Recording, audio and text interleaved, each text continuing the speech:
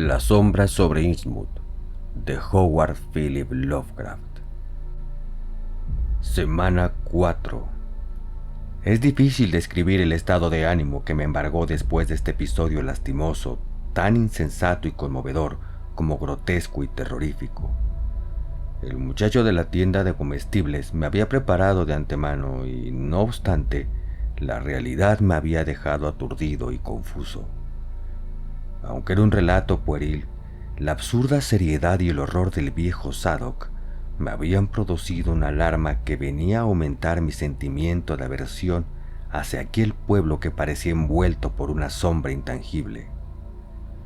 Ya reflexionaría más adelante sobre aquella historia para ver lo que tenía de cierto. Por el momento deseaba no pensar más en ello. Se me estaba echando el tiempo encima de manera peligrosa. Eran las 7:15 por mi reloj y el autobús para Arkham salía de la plaza a las 8, así que traté de orientar mis pensamientos hacia lo práctico y caminé a toda prisa por las calles miserables y desiertas en busca del hotel donde había consignado mi maleta, delante del cual tomaría mi autobús. La dorada luz del atardecer comunicaba a los decrépitos tejados y chimeneas cierto encanto místico y sereno.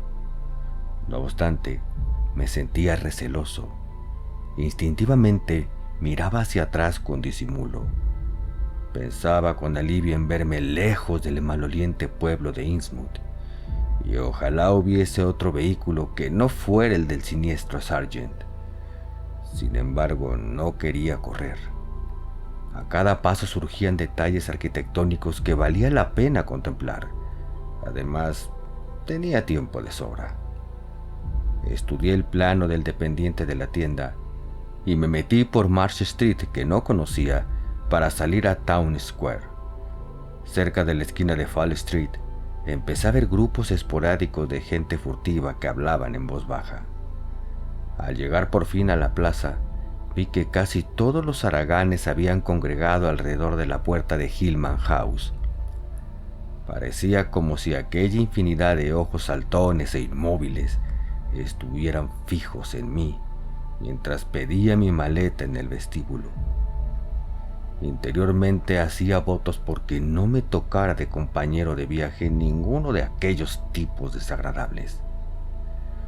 Un poco antes de las 8, apareció petardeando el autobús con 3 viajeros. Un individuo de aspecto equívoco, desde la acera, dijo unas palabras incomprensibles al conductor. Sargent bajó el saco del correo y un rollo de periódico y entró al hotel. Mientras, los viajeros, los mismos hombres a quienes había visto llegar a Newburyport aquella mañana, se encaminaron a la acera con su paso bamboleante y cambiaron con un ocioso algunas desmayadas palabras guturales en una lengua que de ningún modo era inglés. Subí al coche vacío y ocupé el mismo asiento que al venir, pero no hice más que sentarme cuando reapareció Sargent y empezó a hablarme con un asqueroso acento gutural. Al parecer estaba yo de mala suerte. El motor no iba bien. Había podido llegar a Innsmouth, pero era imposible continuar el viaje hasta Arkham. No, era imposible repararlo esta misma noche. Tampoco había otro medio de transporte. Sargent lo sentía mucho, pero yo tenía que parar en Hillman. Probablemente el conserje me haría un precio asequible. No se podía hacer otra cosa. Casi anonadado por este contratiempo imprevisto y realmente atemorizado ante la idea de pasar ahí la noche, dejé el autobús y volví a entrar en el vestíbulo del hotel, donde el conserje del turno de noche, un tipo hosco y de raro aspecto, me dijo que en el penúltimo piso tenía una habitación, la 428, que era grande aunque sin agua corriente, que costaba $1 la noche. A pesar de lo que me habían contado en Newburyport sobre este hotel, firmé en el registro, pagué mi $1, dejé que el conserje recogiera mi maleta y subí tras él los 3 tramos de crujientes escaleras. Finalmente recorrimos un pasillo polvoriento y desierto y llegamos a mi habitación. Era un lúgubre cuartucho trasero con 2 ventanas y un mobiliario barato y gastado. Las ventanas daban a un patio oscuro, cerrado entre 2 bajos edificios abandonados, y desde ellas podía contemplarse todo un panorama de tejados decrépitos que se extendía hacia el poniente, hasta las marismas que rodeaban la población. Al final del pasillo había un cuarto de baño, una reliquia deprimente que constaba de una taza de mármol, una bañera de estaño, una luz bastante floja, 4 paredes despintadas y numerosas tuberías de plomo. Como aún era de día, bajé a la plaza a ver si podía cenar, y una vez más observé que los ociosos me miraban de manera especial. La tienda de comestibles estaba cerrada, así que no tuve más remedio que entrar en el restaurante. Me atendieron un hombre de cabeza estrecha y ojos inmóviles, y una moza de nariz aplastada y unas manos increíblemente vastas y desmañadas. Como no había mesa, tuve que cenar en el mostrador, lo que me permitió comprobar que afortunadamente casi toda la comida era de lata. Tuve bastante con un tazón de sopa de verduras y regresé enseguida a la fría habitación de Hillman. Al entrar tomé el periódico de la tarde y una revista llena de cagadas de mosca que había en un estante desvencijado junto al pupitre del conserje. Cayó el crepúsculo y se hizo de noche. Encendí la única luz, una bombilla mortecina que colgaba sobre la cama de hierro, y continué como pude la lectura que había comenzado. Me pareció conveniente mantener la imaginación ocupada en cosas saludables. No quería darle más vueltas a las cosas raras que pasaban en aquel pueblo sombrío, al menos mientras estuviese dentro de sus límites. La descabellada patraña que le había oído al viejo bebedor no me auguraba sueños muy agradables. Me daba cuenta de que debía apartar de mí la imagen de sus ojos aguanosos y enloquecidos. Tampoco debía pensar en lo que el inspector de Hacienda había contado al empleado de la estación de New Report sobre Gilman House y sobre las voces de sus huéspedes nocturnos. Asimismo, era menester apartar de mi imaginación el rostro que había vislumbrado bajo una tiara en la negra entrada de la cripta, porque en verdad, pensar en él me causaba una impresión de lo más desagradable. Quizás me hubiera resultado más sencillo desechar todas esas inquietudes si mi habitación no hubiese sido un lugar tremendamente lúgubre. Además del hedor a pescado que era general en todo el pueblo, reinaba ahí dentro una atmósfera de humedad estancada, lo que me sugería inevitablemente emanaciones de putrefacción y de muerte. Otra cosa que me inquietaba era que la puerta de mi habitación carecía de cerrojo. Se veía claramente que lo había tenido, y a juzgar por las señales, lo habían debido quitar recientemente. Sin duda se había estropeado como tantas otras cosas de este cochambroso edificio. En mi nerviosismo, rebusqué por ahí y encontré un cerrojo en el armario que me pareció igual que el que había tenido a la puerta. Nada más para tranquilizar esta tensión de nervios que me dominaba, me dediqué a colocarlo yo mismo con la ayuda de una navaja que siempre llevo conmigo. El cerrojo encajaba perfectamente.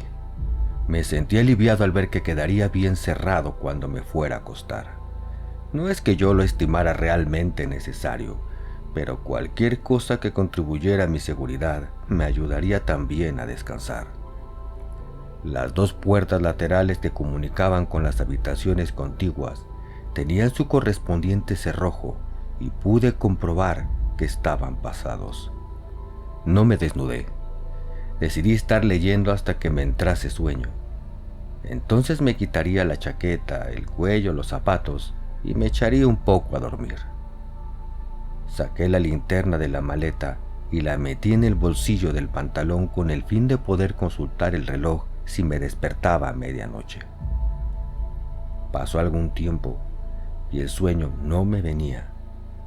Cuando me paré a analizar mis pensamientos, me di cuenta de que inconscientemente estaba tenso, alerta, con el oído atento, a la espera de algún sonido que me produciría un miedo infinito, aún sin saber por qué. El relato del inspector debió influir en mi imaginación más de lo que yo suponía. Traté de reanudar la lectura, pero no lo conseguí. Llevaba un rato así cuando me pareció oír que crujían los escalones y los pasillos, como si alguien caminase con sigilo. Me dije que seguramente los demás huéspedes empezaban a ocupar sus habitaciones. No se oían voces. Con todo, me dio la impresión de que en aquellos ruidos había un no sé qué furtivo. Aquello no me gustó, y empecé a pensar si no sería mejor pasar la noche en vela. Los tipos de aquel pueblo eran sospechosos por demás, y era indudable que habían ocurrido varias desapariciones. ¿Me encontraba en una posada de esas donde se asesinan los viajeros para robarles? Desde luego yo no tenía aspecto de nadar en la abundancia. ¿O acaso la gente del pueblo odiaba hasta ese extremo a los visitantes curiosos? ¿Les había molestado mi curiosidad? Porque evidentemente me habían visto recorrer plano en mano los barrios más característicos de la localidad. Pero de pronto pensé que muy asustado tenía que hallarme para que unos pocos crujidos casuales me pusieran en este estado de excitación. De todos modos, sentí no tener un arma a mano. Finalmente, vencido por un agotamiento que nada tenía que ver con el sueño, eché el recién instalado cerrojo, apagué la luz y me tumbé en la cama sin despojarme de la chaqueta, ni del cuello ni de los zapatos. La oscuridad parecía amplificar todos los ruidos menudos de la noche. Me invadió un sinfín de pensamientos desagradables. Lamenté haber apagado la luz, pero me sentía demasiado cansado para levantarme y volverla a encender. Luego, después de un largo rato y tras una serie de crujidos claros y distintos que procedían de la escalera y el corredor, oí un roce suave e inconfundible en el que se concretaron instantáneamente todas mis aprensiones. Ya no cabía duda. Con cautela, de una manera furtiva y a tientas, estaban tratando de abrir con una llave la cerradura de mi puerta. La sensación de peligro que me invadió en ese momento no fue demasiado turbadora, quizá por los vagos temores que venía experimentando. De modo instintivo, aunque sin una causa definida, me hallaba en guardia, lo que suponía en cierto modo una ventaja para enfrentarme con la prueba real que me aguardaba. Con todo, la concreción de mis vagas conjeturas en una amenaza real e inmediata constituyó para mí una profunda conmoción. Ni por un momento se me ocurrió que el que estaba manipulando la cerradura de mi cuarto se había equivocado. Desde el primer instante sentí que se trataba de alguien con malas intenciones, así que me quedé quieto, callado como un muerto, en espera de los acontecimientos. Al cabo de un rato cesó el apagado forcejeo y oí que entraban en una habitación contigua a la mía. Luego intentaron abrir la cerradura de la puerta que comunicaba con mi cuarto. Como es natural, el cerrojo aguantó firme y el suelo crujió al marcharse el intruso. Poco después oyó otro chirrido apagado. Estaban abriendo la otra habitación contigua y a continuación probaron abrir la otra puerta de comunicación que también tenía echado el cerrojo. Después, los pasos se alejaron hacia las escaleras. Fuera quien fuese, había comprobado que las puertas de mi dormitorio estaban cerradas con cerrojo y había renunciado a su proyecto, al menos de momento, como pude ver. La presteza con que concebí un plan de acción demuestra que subconscientemente me estaba temiendo alguna amenaza y que durante horas enteras había estado maquinando sin darme cuenta las posibilidades de escapar. Desde el principio comprendí que el desconocido que había intentado abrir representaba un peligro con el que no debía enfrentarme, sino huir cuanto antes. Tenía que salir del hotel lo más pronto posible y desde luego no debía emplear la escalera ni el pasillo. Me levanté sin hacer ruido. Enfoqué el interruptor de la luz con mi linterna. Mi intención era coger algunas cosas de la maleta, echármelas en el bolsillo y huir con las manos libres. Le di al interruptor, pero no sucedió nada. Habían cortado la corriente. Estaba claro que el misterioso ataque había sido preparado con todo detalle, aunque ignoraba con qué finalidad. Mientras reflexionaba, sin quitar la mano del interruptor, oí un apagado crujido en el piso de abajo. Me pareció distinguir un rumor como de conversación, pero un momento después pensé que me había confundido. Se trataba sin duda alguna de gruñidos roncos y graznidos mal articulados, cosa que guardaba muy poca relación con cualquier lenguaje humano conocido. Luego pensé con renovada insistencia en lo que el inspector de Hacienda había oído una noche en este mismo edificio ruinoso y pestilente. Con la ayuda de la linterna, tomé lo que necesitaba de mi maleta, me lo metí todo en los bolsillos, me puse el sombrero y me acerqué de puntillas a la ventana para calcular las posibilidades de mi descenso. A pesar de las reglas de seguridad establecidas por la ley, no había escalera de incendios en este lado del hotel y mis ventanas correspondían al cuarto piso.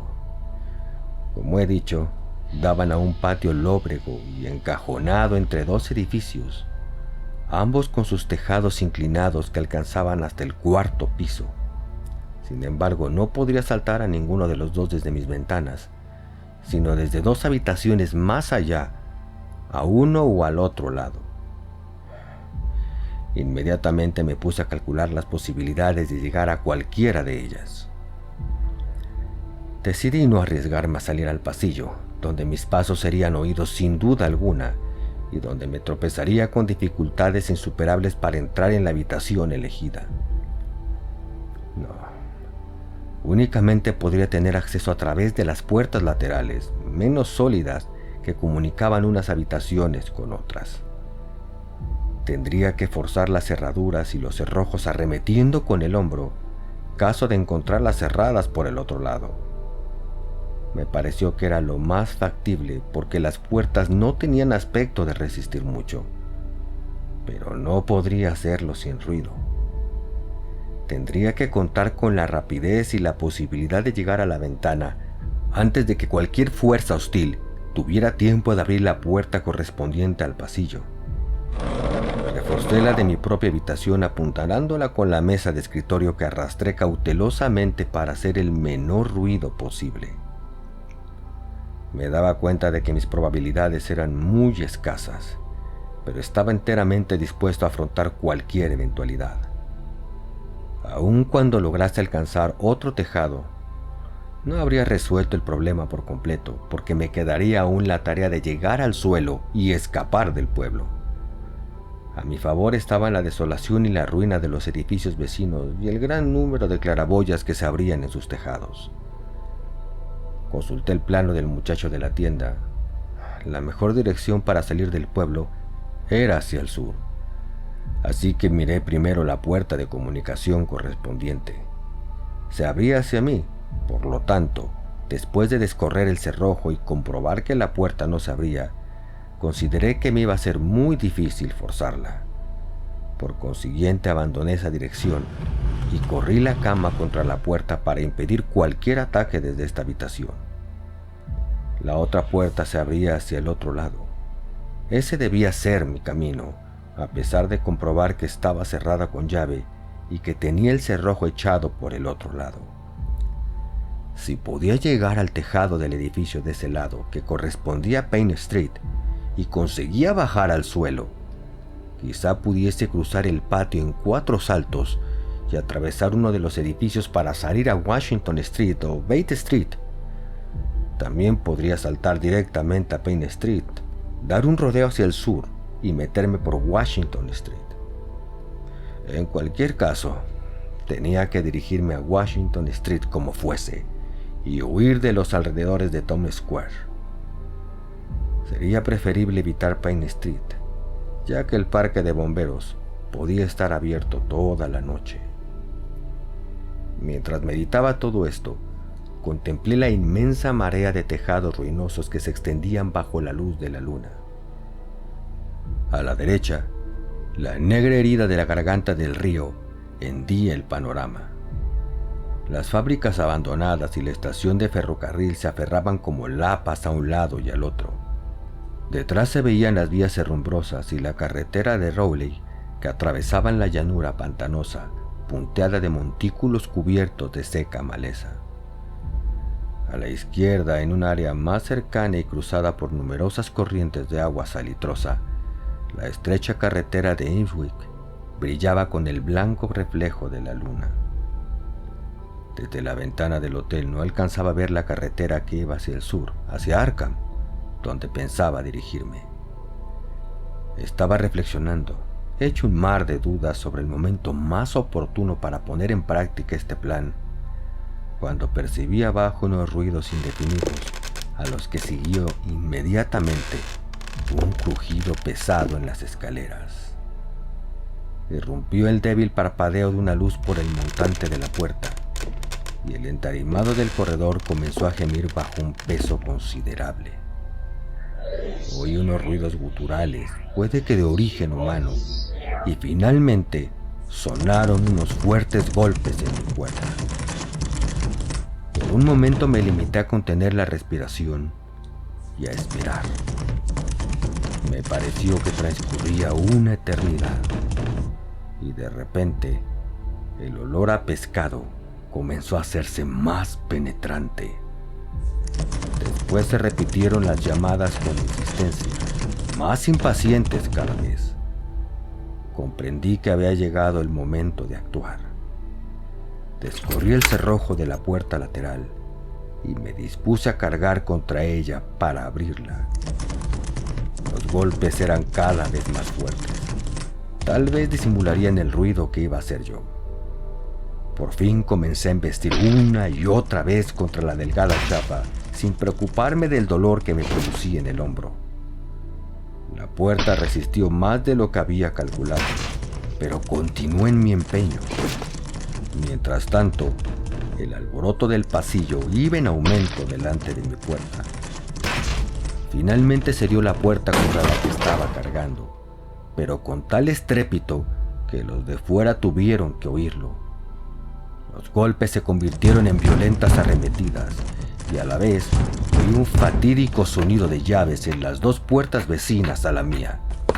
Me precipité a la otra habitación y conseguí echar el cerrojo a la puerta del vestíbulo antes de que la abrieran, pero entonces oí cómo trataban de abrir con una llave la tercera puerta, la de la habitación cuya ventana pretendía alcanzar. Por un instante me sentí totalmente desesperado. Me iban a atrapar en una habitación cuya ventana no me ofrecía salida posible. Una oleada de horror me invadió al descubrir, a la luz de mi linterna, las huellas que habían dejado en el polvo del suelo los intrusos que habían tratado de forzar la puerta lateral. Después, gracias a un acto puramente automático, desprovisto de toda lucidez, corrí a la siguiente puerta de comunicación y me dispuse a derribarla. La suerte me fue favorable. La puerta de comunicación no solo no tenía echada la llave, sino que estaba entreabierta.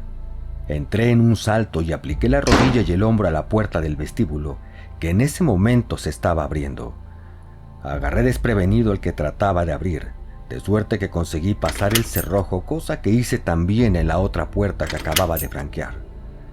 Durante los breves instantes de alivio que siguieron, oí que disminuían las embestidas contra las otras dos puertas, mientras creció un confuso alboroto en mi primitiva habitación, cuya puerta lateral había trancado yo con la cama.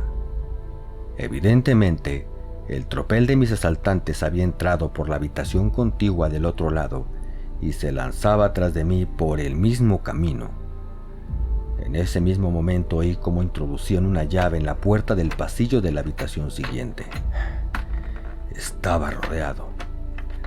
La puerta lateral que daba a esta habitación estaba abierta de par en par. No había tiempo de contenerla del vestíbulo que ya le estaban abriendo. Lo único que pude hacer fue echar el cerrojo de la puerta lateral de comunicación, igual que había hecho en la de enfrente, y colocar la cama contra una, la mesa de escritorio contra otra y el aguamanil contra la del pasillo. Debía confiar en estas barreras improvisadas hasta que hubiera saltado por la ventana al tejado del edificio de Payne Street. Pero aún en este trance supremo, el horror que yo sentía no se debía a la fragilidad del dispositivo de defensa. Lo que a mí me horrorizaba era que ninguno de mis perseguidores, aparte de ciertos jadeos, gruñidos y ladridos apagados, habían pronunciado una sola palabra inteligible y humana. Mientras corrían los muebles y me precipitaba hacia la ventana, oí una carrera espantosa por el pasillo hacia la habitación contigua a la que me encontraba yo. Cesaron las embestidas en el otro lado. Era evidente que la mayoría de mis adversarios se estaban congregando ante la débil puerta lateral. Afuera, la luna bañaba el tejado de abajo. Calculé que era un salto arriesgado, debido a la inclinación que tenía el sitio donde había que aterrizar. De acuerdo con mi plan, elegí la ventana más meridional que tenía el cuarto. Quería saltar en la vertiente del tejado que daba al patio y escabullirme por la claraboya más cercana. Una vez dentro de uno de aquellos edificios, tenía que contar con que me perseguirían, pero confiaba en poder alcanzar la planta baja y evadirme por una de las puertas abiertas del patio y desembocar finalmente en Washington Street para salir del pueblo en dirección sur. El alboroto de la habitación vecina era terrible. La puerta comenzó a ceder. Los asaltantes habían traído un objeto pesado y lo estaban empleando como ariete. No obstante, la cama aún se mantenía firme contra la puerta, de forma que todavía tenía la posibilidad de huir. La ventana estaba flanqueada por pesados cortinajes de terciopelo, suspendidos de una barra mediante anillas de latón. Descubrí que en el exterior había unos sólidos ganchos para sujetar los batientes de la ventana. Viendo que aquello me proporcionaba los medios de evitar un salto peligroso, di un tirón a las colgaduras y las arrojé al suelo con vara y todo. Rápidamente enganché 2 anillas en el gancho exterior y solté el cortinaje vacío. Los pesados pliegues llegaban sobradamente al tejado. Comprobé que las anillas y el gancho podrían soportar mi peso y luego me deslicé por la improvisada escala, dejando atrás para siempre el siniestro edificio de Hillman House. Puse pie en las sueltas pizarras del tejado. La pendiente era muy pronunciada. Conseguí llegar a una de las claraboyas sin resbalar. Me volví para mirar la ventana por donde había salido. Aún estaba a oscuras.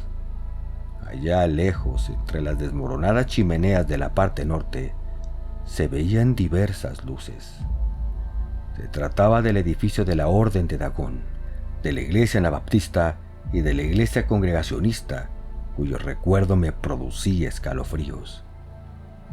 Como no vi a nadie en el patio, confié en poder salir por ahí antes de que cundiera la alarma general. Enfoqué mi linterna por la claraboya y vi que no había escalones que me permitieran bajar.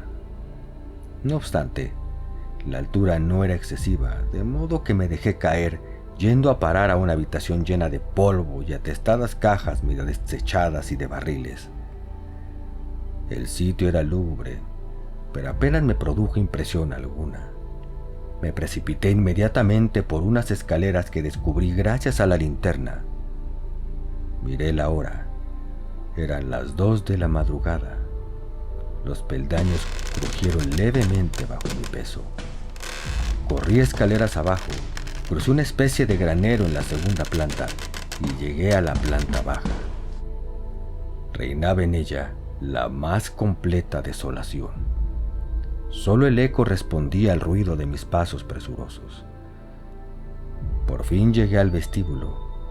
En un extremo se veía un débil rectángulo de luz que recortaba la puerta que daba a Pine Street. Tomé la otra dirección y me encontré con que la puerta de atrás también estaba abierta.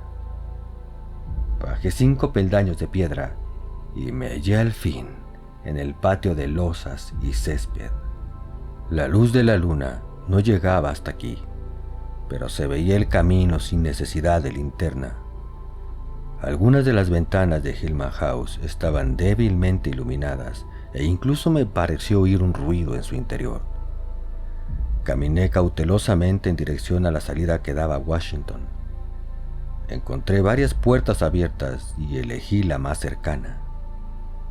Atravesé un pasillo oscuro y al llegar al otro extremo vi que la puerta de la calle estaba sólidamente cerrada.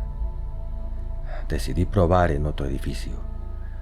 Volví a tientas sobre mis pasos, pero me detuve en seco junto a la puerta del patio. Por una puerta de Hillman salía un enjambre de siluetas dudosas. Agitaban sus linternas en la oscuridad. El graznido horrible de sus voces se mezclaban con unos gritos apagados en lengua extraña. Las figuras se movían de manera incierta. Me di cuenta de que no sabían qué dirección había tomado y no obstante me sacudió un escalofrío de horror. No se distinguían bien sus figuras, pero su andar encogido y bamboleante me producía una inexplicable repugnancia. Lo más desagradable era la figura extraña coronada con su tiara, ya familiar para mí, que avanzaba al frente de la comitiva. Al ver cómo aquellas figuras se desplegaban por todo el patio, mis temores aumentaron. ¿Y si no encontrara ninguna salida a la calle? El olor a pescado se hizo tan intenso que dudé si era capaz de soportarlo sin desmayarme. Nuevamente me metí a tientas en busca de alguna salida. Abrí una puerta y entré en una habitación vacía. Las ventanas estaban cerradas, pero carecían de falleba. Alumbrándome con la linterna, pude abrir las contraventanas. Un momento después salté al exterior y cerré cuidadosamente la ventana, dejándola como la había encontrado. Estaba pues en Washington Street. Por el momento no se veía ni un alma, ni había más luz que la de la luna. Sin embargo, a lo lejos y en distintas direcciones, se oían roncos gruñidos, carreras precipitadas y una especie de pataleo que no era exactamente un ruido de pasos. No tenía tiempo que perder.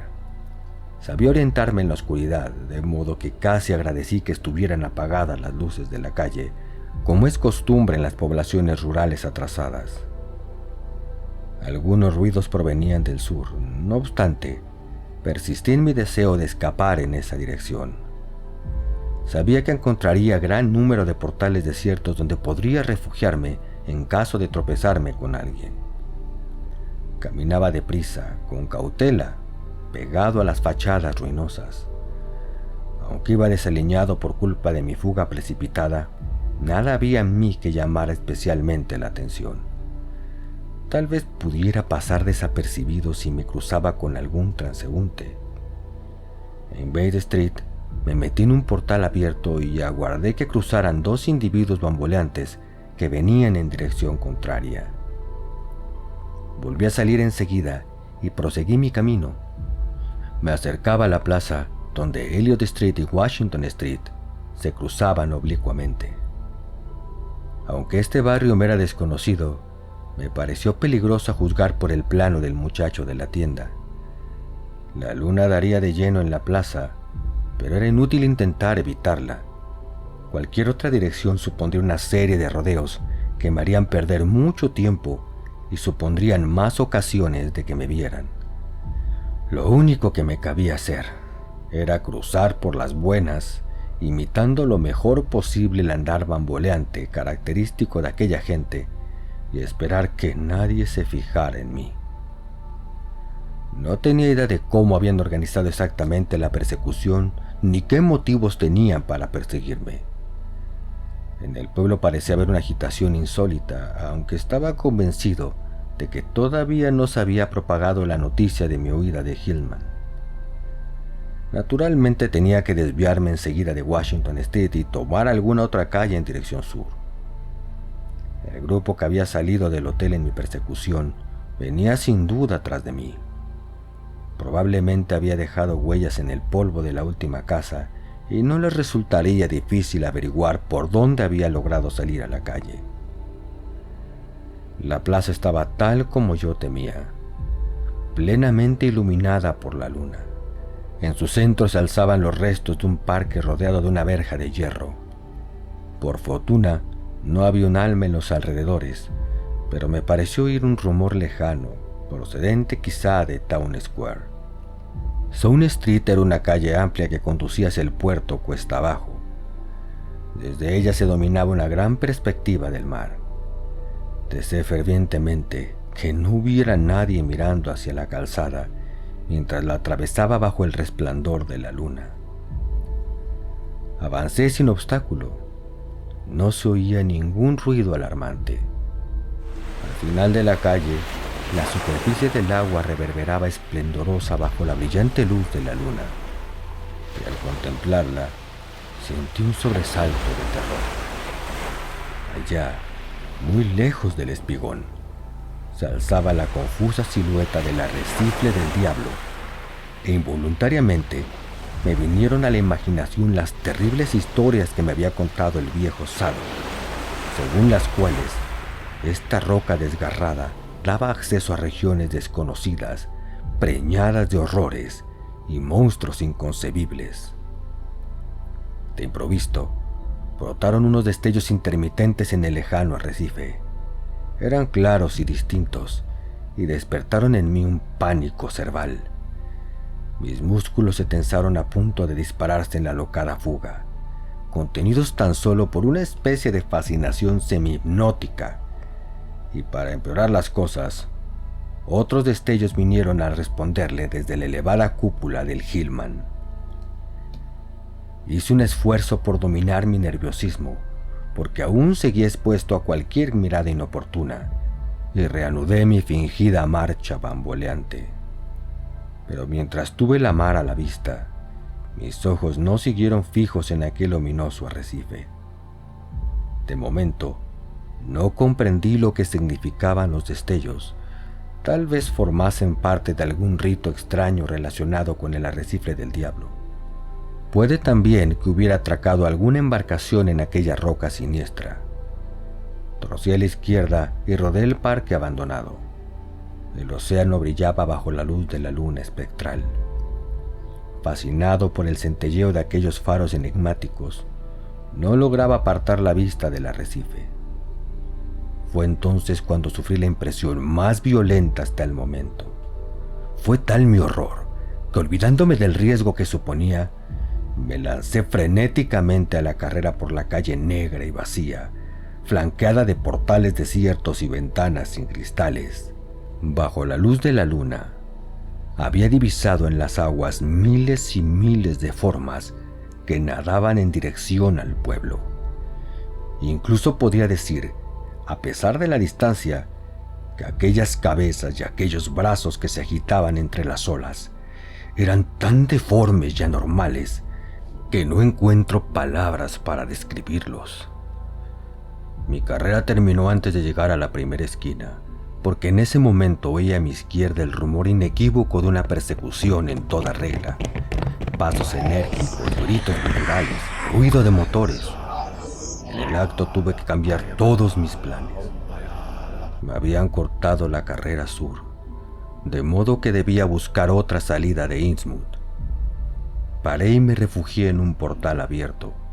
Después de todo, había tenido la suerte de salir de la zona iluminada por la luna antes de que mis perseguidores aparecieran por la esquina. La segunda reflexión que me hice fue menos tranquilizadora. Puesto que la persecución se llevaba a cabo por otra calle, era evidente que no me seguían los pasos. No sabían dónde me encontraba, pero no cabía duda de que su conducta obedecía a un plan general encaminado a cortarme la salida. Esto requería que se vigilasen todas las carreteras por igual, lo que me obligaba a huir a campo traviesa y mantenerme alejado de todas las carreteras. Pero ¿cómo escapar si toda la región era pantanosa y estaba plagada de canales y marismas? Durante unos momentos me sentí vencido por una negra desesperación, angustiado por la rapidez con que aumentaba el tufo insoportable de pescado. Entonces recordé el ferrocarril abandonado de Innsmouth a Rowley, cuya sólida línea de balastro, cubierta de zarzas, se extendía aún hacia el noroeste desde la derruida estación situada junto a la garganta del río. Era posible que no se les ocurriera pensar en ella, puesto que las tupidas zarzas la hacían casi indetectable.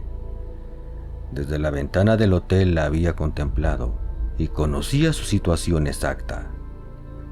Los primeros tramos eran demasiado visibles desde la carretera de Rowley y desde cualquier torre del pueblo, pero quizá pudiera arrastrarme entre la maleza sin ser visto. En todo caso, este era el único medio de evasión y no tenía alternativa. Me introduje en el vestíbulo de la casa desierta en cuyo portal me había refugiado y consulté una vez más el plano a la luz de la linterna. El primer problema era llegar a la antigua vía del tren. Lo mejor sería avanzar hacia Babson Street, torcer luego a poniente hasta Lafayette Street, dar un rodeo en vez de cruzar la plaza como antes y desviarme a continuación hacia el norte, zigzagueando por Lafayette, Bates, Adams y Bank Street. Esta última calle bordea la garganta del río y conduce hasta la misma estación.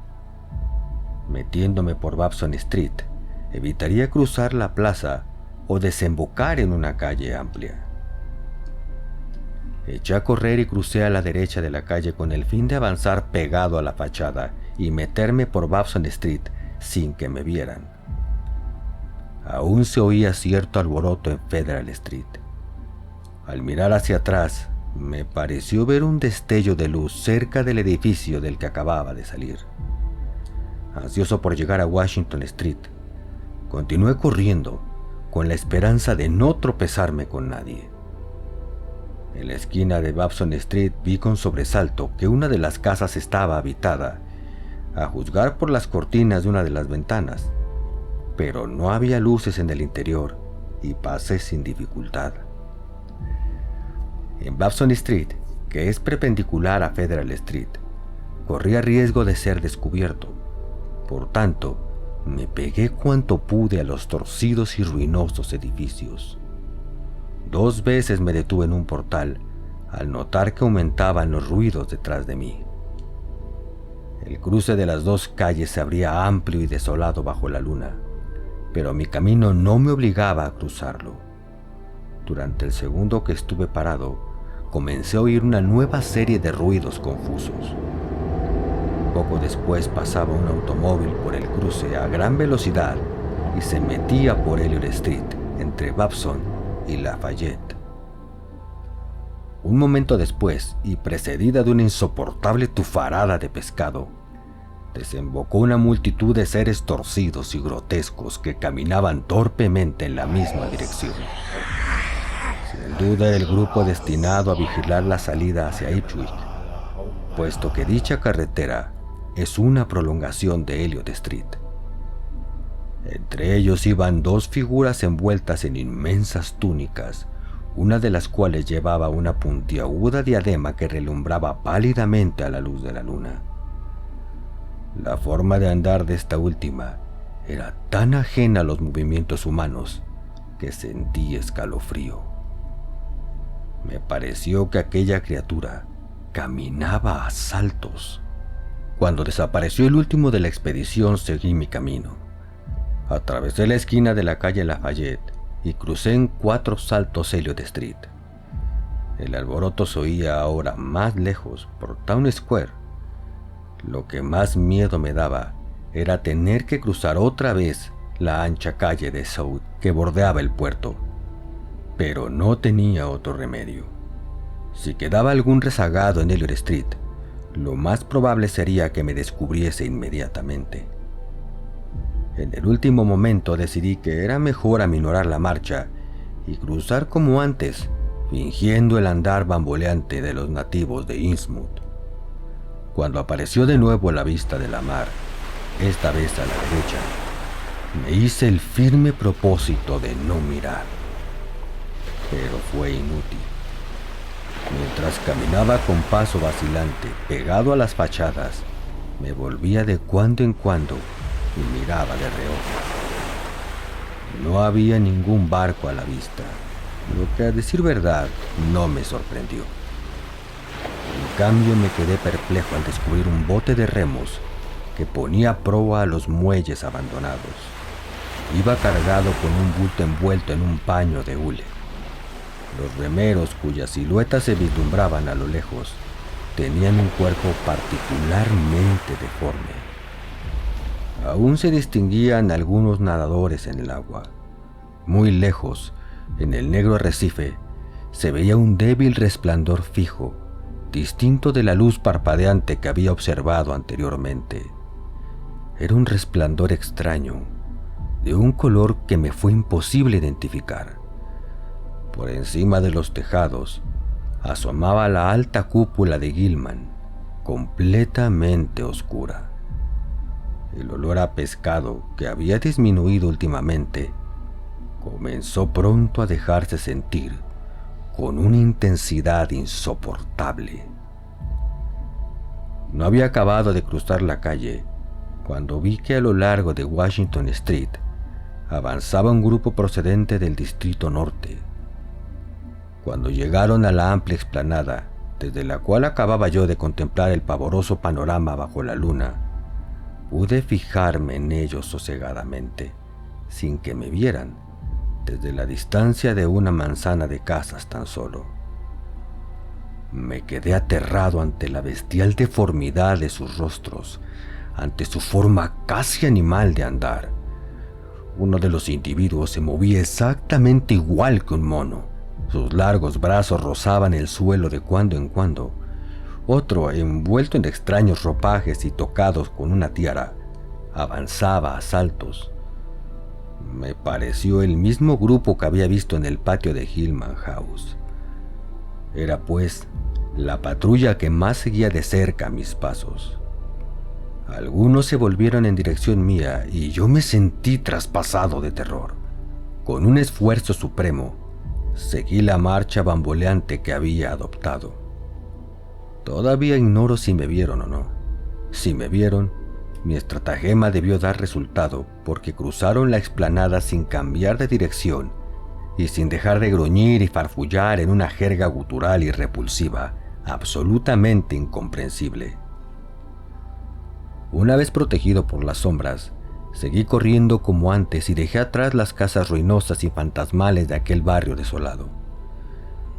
Después crucé a la otra acera, doblé la esquina siguiente y me metí por Bates Street, pegado a los edificios. Pasé por delante de dos casas en cuyo interior había una luz. Una de ellas tenía abiertas las ventanas del piso superior, pero no me vio nadie. Al torcer por Adam Street, sentí cierta tranquilidad, aunque me llevé un susto repentino al ver salir a un hombre de un portal oscuro y venir directamente hacia mí, haciendo eses. Pero iba demasiado bebido y ni siquiera me llegó a ver. De esta forma, llegué sano y salvo a las lúgubres ruinas de los almacenes de Bank Street. Ni un alma se movía en la absoluta quietud de la calle junto a la garganta del río. El ruido sordo del salto de agua ahogaba totalmente el rumor de mis pasos. Había una buena tirada hasta la estación derruida. Los muros de ladrillo de los almacenes me parecían aún más amenazadores que las fachadas que había dejado atrás. Finalmente llegué a los arcos de la antigua estación, o lo que quedaba de ellos, y me fui directamente al extremo donde arrancaba la vía. Los raíles estaban oxidados y llenos de orín, aunque casi intactos. Más de la mitad de la travesía estaba aún en buenas condiciones. Era muy difícil andar y más correr por una superficie semejante. De todos modos procuré adoptar mi paso al terreno hasta que logré caminar con cierta rapidez. Durante un trecho, la línea férrea se ceñía al borde del río para desembocar finalmente en un gran puente cubierto que cruzaba el precipicio a una altura de vértigo. El estado de este puente determinaría mi camino a seguir. Si era buenamente posible, lo cruzaría. Si no, tendría que aventurarme otra vez por las calles y buscar el puente más próximo si aún era practicable. El viejo puente brillaba espectralmente a la luz de la luna. Las traves se encontraban en buen estado, al menos en el primer tramo. Encendí una linterna y entré. Una nube de murciélagos despavoridos pasó por encima de mí y estuvo a punto de derribarme. A mitad de camino, vi un peligroso vacío entre las traves. Por un momento pensé que no la podría salvar. Finalmente me arriesgué. Di un salto desesperado y por fortuna caí bien al otro lado. Cuando salí de aquel túnel horrible, respiré con alivio. Los viejos raíles cruzaban River Street, después describían una curva y se adentraban en una zona cada vez menos urbanizada, en la que a la vez disminuía también el nauseabundo olor a pescado que reinaba en todo Eastwood. La gran profusión de matorrales y zarzas me obstaculizaban el paso y me desgarraban las ropas, aunque no por eso dejaba yo de agradecer su presencia, porque podían servirme de escondrijo en caso de peligro. No ignoraba que una buena parte de mi camino era visible desde la carretera de Rowley. Muy pronto empezó la región pantanosa. La vía atravesaba sobre un terraplén de poca altura cubierto de una maleza algo menos tupida. Luego venía una especie de isla de terreno firme, algo más elevado, y la línea la atravesaba encajonada en una zanja obstruida por arbustos y zarzas. Daba gusto caminar protegido por la zanja, teniendo en cuenta sobre todo, según había podido apreciar desde la ventana del Hillman, la línea férrea se hallaba en este punto peligrosamente próxima a la carretera de Rowley, la cual venía a cruzar al final de la zanja para desviarse después y perderse de vista. Pero de momento, debía actuar con prudencia. Antes de entrar en la zanja miré hacia atrás. Nadie me seguía. Los viejos campanarios y los tejados ruinosos de Innsmouth resplandecían grandiosos y etéreos bajo la mágica luz de la luna. Esta visión me hizo pensar en el aspecto que debió tener el pueblo antes de que la tenebrosa sombra se abatiera sobre él. Luego miré el campo y lo que vi me heló la sangre. Al principio me pareció observar cierto movimiento ondulante allá lejos hacia el sur. Era como si una muchedumbre interminable saliese del pueblo por la carretera de Ipswich. La distancia era considerable y no se distinguía con exactitud, pero no me gustó nada aquella columna en movimiento. Ondeaba demasiado y relucía asombrosamente bajo la luna de poniente. Incluso me pareció oír ruidos y voces, pero el viento me impidió cerciorarme. Era algo así como un patear y rugir de bestia, peor aún que los gruñidos de las patrullas del pueblo. Por la cabeza me pasó toda clase de conjeturas desagradables. Pensé en aquellos seres aún más deformes que, según se decía, se ocultaban en las casas miserables del pueblo. También me vinieron a la imaginación los terribles nadadores que había vislumbrado confusamente en el agua. A juzgar por los grupos que había visto hasta el momento y los que con toda seguridad habrían salido por las demás carreteras, el número de mis perseguidores debía ser inconcebible, sobre todo teniendo en cuenta que Innsmouth era un pueblo casi deshabitado. ¿De dónde había salido la densa multitud que componía aquella marea ondulante y lejana? ¿Acaso los vetustos edificios supuestamente desiertos ¿Rebosaban efectivamente de una vida insospechada y secreta? ¿O es que había desembarcado una legión de seres extraños de aquel arrecife del infierno? ¿Quiénes eran? ¿Por qué estaban ahí? ¿Serían las patrullas de las otras carreteras igualmente numerosas? Me interné en la maleza de la cortadura y pugnaba por abrirme camino con dificultad, cuando otra vez se extendió el abominable olor a pescado. ¿Había cambiado el viento repentinamente y venía ahora de la mar? Así debía ser, en efecto, porque también empezaron a oírse horribles murmullos guturales en estos parajes, hasta entonces silenciosos. Una cosa distinguí que me desagradó aún más: un ruido blando, como el de un animal que caminara a saltos por un suelo mojado. No sé por qué, lo asocié con aquella ondulante columna que se movía en la carretera de Ipswich. No tardaron en aumentar los ruidos y el olor, de manera que me paré mortalmente asustado, dando gracias al cielo de hallarme a cubierto en la zanja. Recordé que era en este punto donde la carretera de Rowley cruzaba la vía antes de alejarse definitivamente. La horda se acercaba, así que me tumbé en el suelo y decidí esperar a que pasara y se perdiera a lo lejos. Gracias a Dios, aquellas criaturas no empleaban perros para rastrear, aunque bien mirado, de poco les habría valido con el olor que impregnaba toda la región. Encogido bajo los arbustos, me sentí seguro aun cuando sabía que mis perseguidores cruzarían la vía por delante de mí a menos de 100 metros de distancia. Yo podría verlos, pero ellos a mí no, a no ser que se diera una funesta casualidad. Me estremecí ante la idea de verlos de cerca. Contemplé el terreno bañado por la luna, por donde pronto habrían de desfilar, y pensé que aquel trozo de naturaleza iba a verse irremediablemente contaminado para siempre.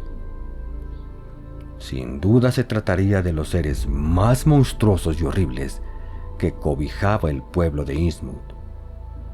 No me sería agradable recordar el espectáculo después. El hedor se hizo más opresivo.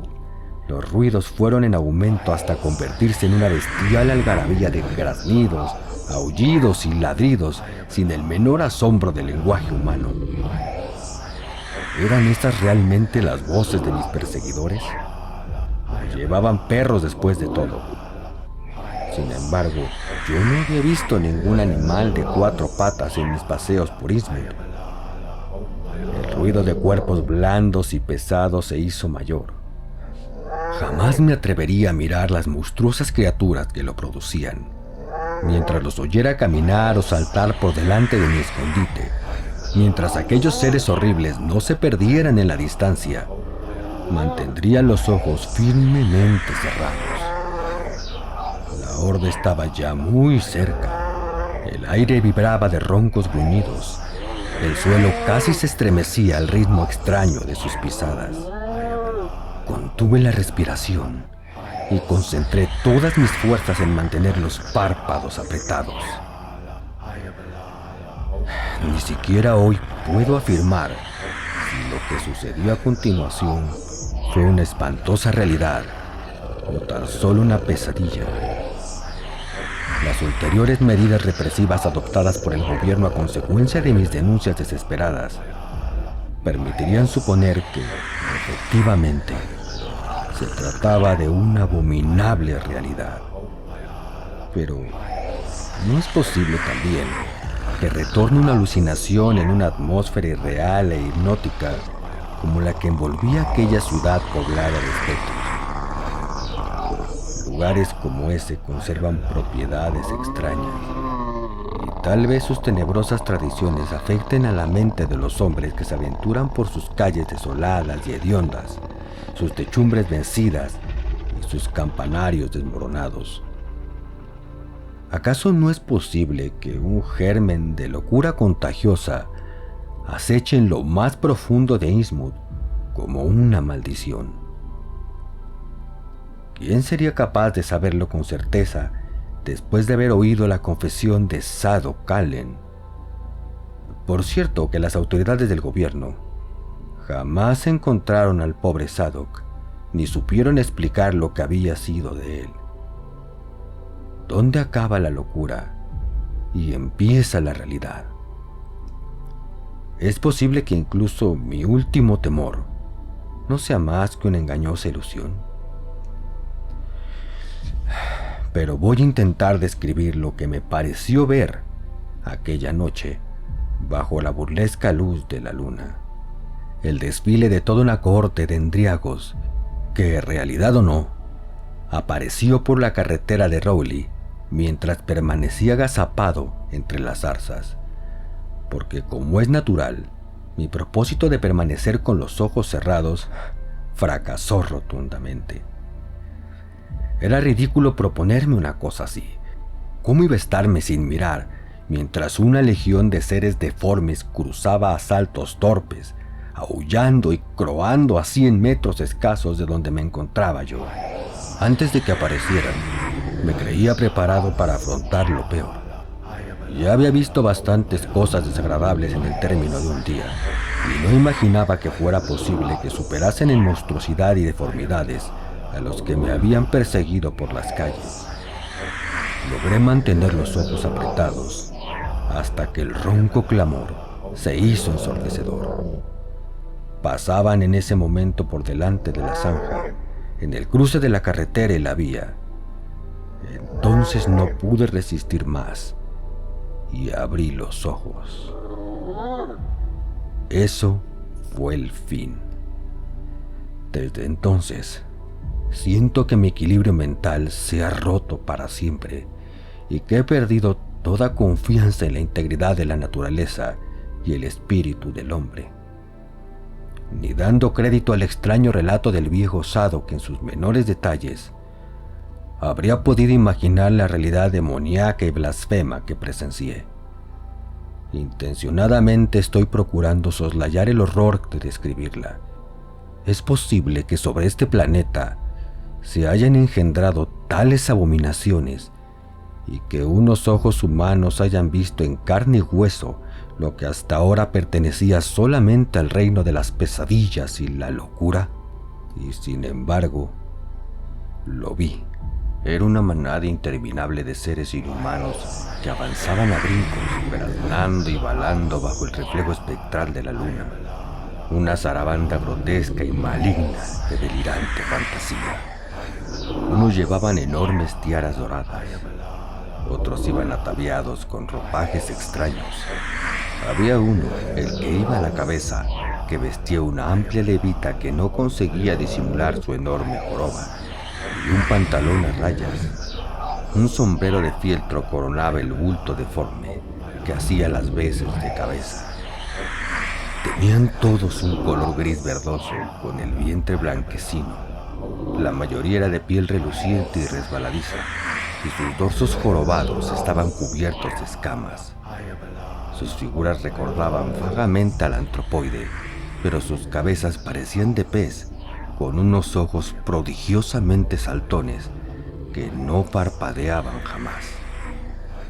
A ambos lados del cuello les palpitaban las agallas y sus grandes zarpas tenían dedos palmeados. Brincaban de manera irregular, unas veces erguidos, otras a 4 patas. Su voz era una especie de aullido o graznido, pero evidentemente constituía un lenguaje con todos los matices de expresión que les faltaban a sus semblantes impasibles. Y no obstante, pese a su monstruosidad, me resultaban en cierto modo familiares. Demasiado bien sabía yo quiénes eran. ¿Acaso no tenía aún fresca en mi memoria la imagen de la tiara de Newburyport? Se trataba de los mismos peces rana, cuyas imágenes abominables ornaban la joya de oro, pero vivos y en todo su horror. Y de repente comprendí por qué razón me impresionó tantísimo el sacerdote de la tiara que vislumbré en la cripta de la iglesia. Esa fue la visión fugaz de la horda impura. Eran miles y miles, verdaderos enjambres, aunque desde mi escondite no podía abarcar toda la carretera. Por fortuna, un momento después se borró de mis ojos aquella visión dantesca y sufrí un desvanecimiento misericordioso, el primero de toda mi vida.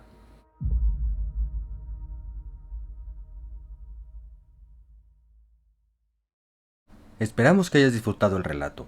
Puedes apoyar el canal invitándonos a un café, ya sea a través del link de Mercado Pago que está aquí abajo o en nuestra página de Ko-fi. Ambos links podrán encontrarlos en la caja de comentarios. También puedes apoyarnos recomendando el canal y compartiendo para que llegue más gente. Si tienes alguna sugerencia, algún relato que te gustaría que narrásemos o incluso alguno de tu autoría, háznoslo saber en los comentarios. Suscríbete y no olvides que cada semana subimos nuevos relatos.